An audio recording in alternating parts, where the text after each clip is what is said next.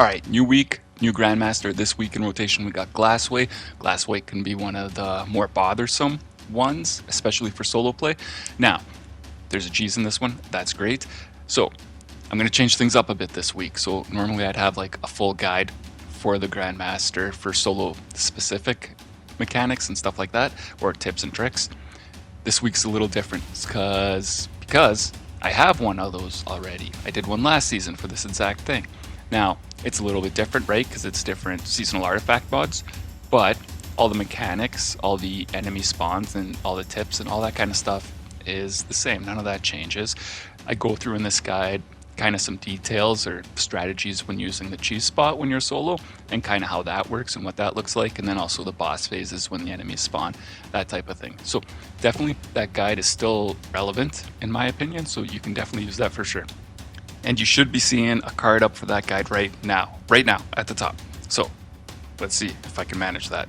I'm not the pro editor or anything like that, but so hopefully it's there. Again, check it out. Goes through mechanics, enemy spawns, tips, tricks, all that stuff, and goes through some details on the cheese spot if you're running it solo. Now, saying that, if I have time this week, depending on my schedule, real life jobs, all that kind of stuff, if I have time to run this a few and get it done legit solo without cheesing the boss, for sure I'll post that and anything I learn while doing that. All right, now for this Glassway for this season, there's a couple differences. So one, and stuff that's still the same too, is it's void burn, you have overloads, and you have anti-barrier champions. Okay, that's important. For seasonal artifact mods that are important in my opinion, one is Lord Kelvin's Basilisk right there, so void grenades or stasis grenades, but stun overloads. So again, that's a big deal for me anyways. Personally, you don't have to by any means, but for me, my opinion is it's way easier if you're running void with the void burn and void stunning overloads. Can't go wrong with that, right? Especially you got your vortex grenades, whether you're warlock, hunter, or titan, of course. Ability spamming still a thing this season, so definitely that's my recommendation. Again, not a must though, not mandatory, just makes it easier, that's all. Now, the point of this week's guide is to go over kind of some tips, tricks, and strategy for when you're in the boss room in a team. Just because if you're not experienced with this one, that can be a huge pain in the ass. Like there's a lot of little tiny mistakes you can make that'll make this 100 times harder on you and your team, for sure. Again, if you're totally experienced with this one, this guide might not be for you, just in all honesty. And for sure, if you watch it and you still know all this stuff, you're the best. Of course you're the best. But anyways, this is for kind of newer teams, newer players, or people that are new to the whole Grandmaster thing and just getting Conqueror for the first time and need to get this out of the way. Now, as far as team composition and loadout goes, bring whatever you want. It doesn't matter. You can have all 3 hunters, you can have all warlocks, all titans, or a mix of any. Doesn't matter. If anyone tells you you need a hunter to do this, you need a titan to do this, you have to have divinity, anything like that, they're full of it, honestly.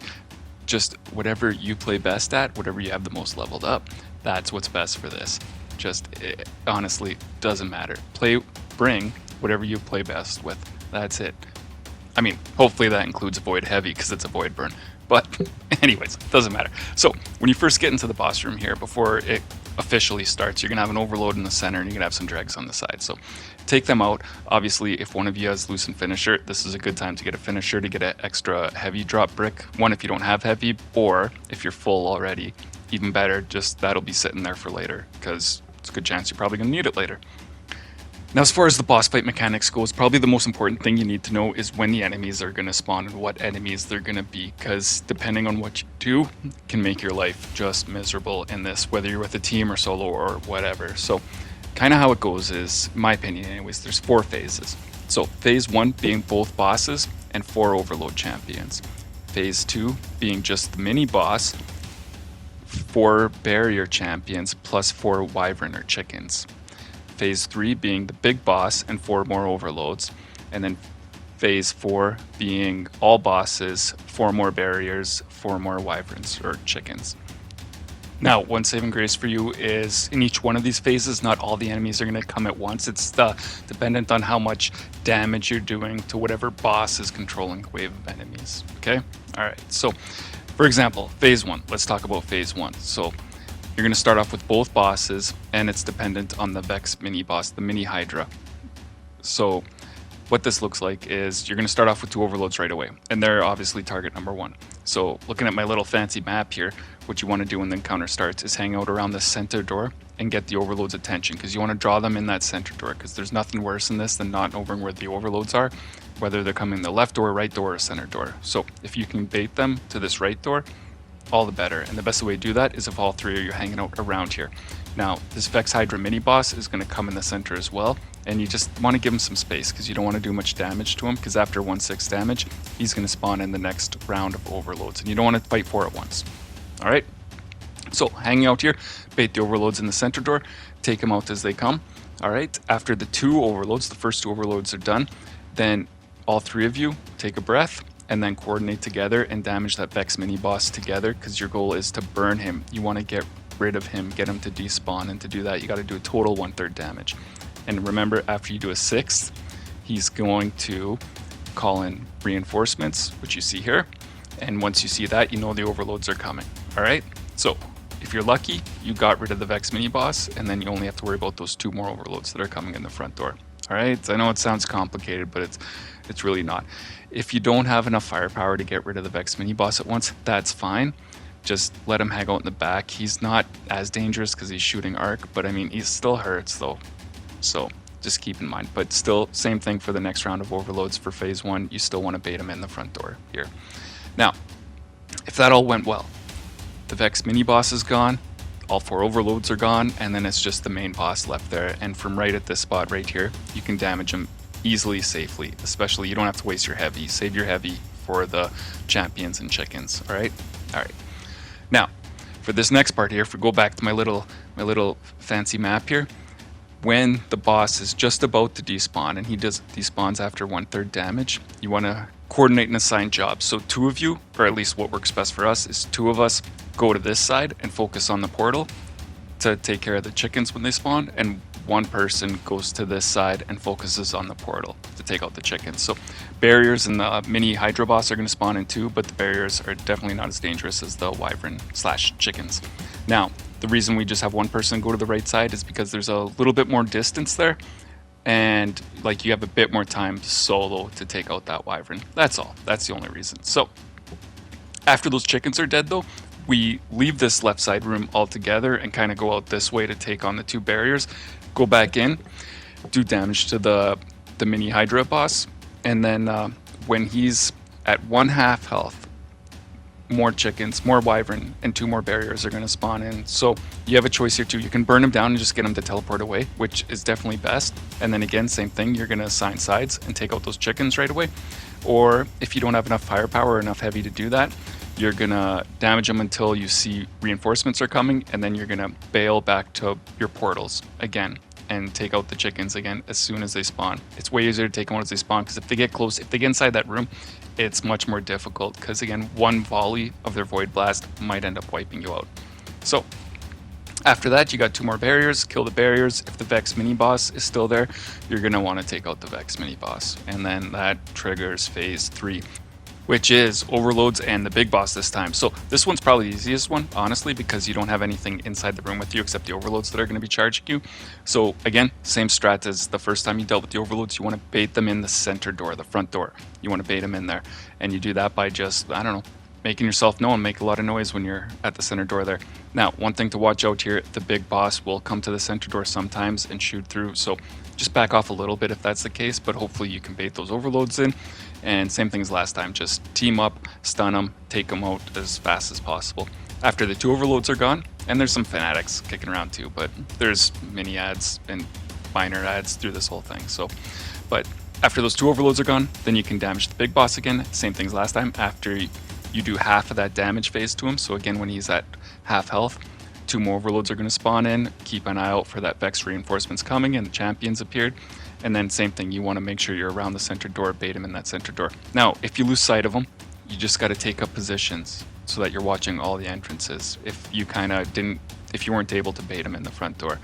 And you'll see him coming, because it's not like they're stealthy or anything like that. They come charging in full throttle. But if you do lose sight of them, you don't know where they are, everyone takes a door, and you just call out as soon as you see one. As soon as someone calls out you see one, everyone goes to help them out, and just to burn it down ASAP, because once they wake up from a stun, they're charging, you can't restun them. That's where it gets kind of iffy too. So if you can kill them as soon as it's stunned, just by teaming up, using supers, whatever, that's obviously the best course of action. Now again, take a breath, get ammo if you need it, reload, whatever. Even if you want to wait for your super to recharge, that's cool, you can do that here too. When you're ready to go though, damage the boss till he teleports away, and then you start phase 4, the final phase. So you're almost done. Now for this one, you got both bosses again. You have 2 chickens right away. That's target number 1, are those 2 wyverns / chickens, and you have 2 more barriers. Now, same thing as last time when the chickens first came in. You want to divide up 2 on the left side, 1 on the right side. Just keeping in mind though that you have both bosses. The big boss is coming there too, and he's going to beeline it to one of you. One of those groups he's going to beeline it to. So if he beelines it to you, you got to bail, unfortunately, whether you've killed that chicken or not. So of course your goal is to burn that chicken down like instantly as fast as possible before the main boss gets to you. But if you don't have time, just make sure you call it out. Go help the other person kill his chicken, and then both of you go back to kill that last chicken that you guys weren't able to kill. After that chicken's dead though, it's just the mini boss in the room with you. You want to kill at this point. So it works better for us just to leave the barriers alone until it's just the big boss outside and those 4 barriers. Honestly, that's what works best for us. So saying that, we know that there's 2 more wyverns coming out as soon as we kill this mini boss. So we want to make sure we're all set up and we all agree kind of on the plan here. And the plan is based on where the main boss outside's hanging out. So if he's hanging out on the left-hand side, you want to all agree that you're going to rush the right side as soon as that mini boss is dead and kill the chicken when it spawns. And if he's on the right side, then obviously you're going to run to the left side and kill that wyvern / chicken as soon as he spawns. So just make sure you all agree where you're all going to go, because you got to be fast before that main boss outside gets to you. That's all. So once you all agree on what you're going to do, you kill that mini boss. As soon as that mini boss is dead, you're going to rush to whatever side you agreed to go on, kill that wyvern. As soon as that wyvern's dead, you know the next wyvern's coming, and he's coming fast. So you all want to kind of focus up, get in position to kill him from whatever door he's going to come through inside this little room. So if you killed the right hand side, probably the left hand side one's either coming in the center door or the left door. If you killed the left hand one, he's either coming in the center door or the right hand door. And if you had to bet money on it, always bet the center door, because that seems to be mostly where they come from. Mostly. Anyways, super him, whatever you need to do, get him out of there ASAP, and then you just have the 4 barriers left and the main boss outside. So if you hang around the center door here, the barriers will come hang out there. They'll come outside kind of right in front of you, or they'll be on the kind of platforms on the left and right. So take them out just one at a time, just by peeking. Sometimes the big boss outside is going to come to that center door too, and if that's the case, just one of you breaks from the pack, go to the left or right door, bait the boss to that side, and then the rest of you just stay on that center door taking out the barrier champions.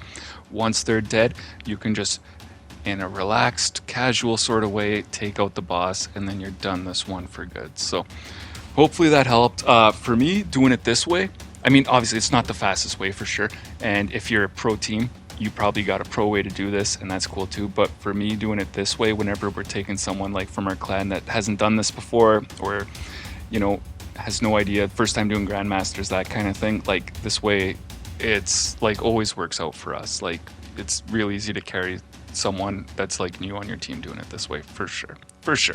And if your whole fire team's new at this and this is your first go at it, I really hope this helped and gave you just like a bit more insight on kind of the importance of spawning enemies in and knowing when they're going to spawn in, especially how dangerous they all are. Well, yeah. Anyways, if you watched through this and you knew the whole thing, again, I appreciate it a ton, and good luck, I guess. Good luck.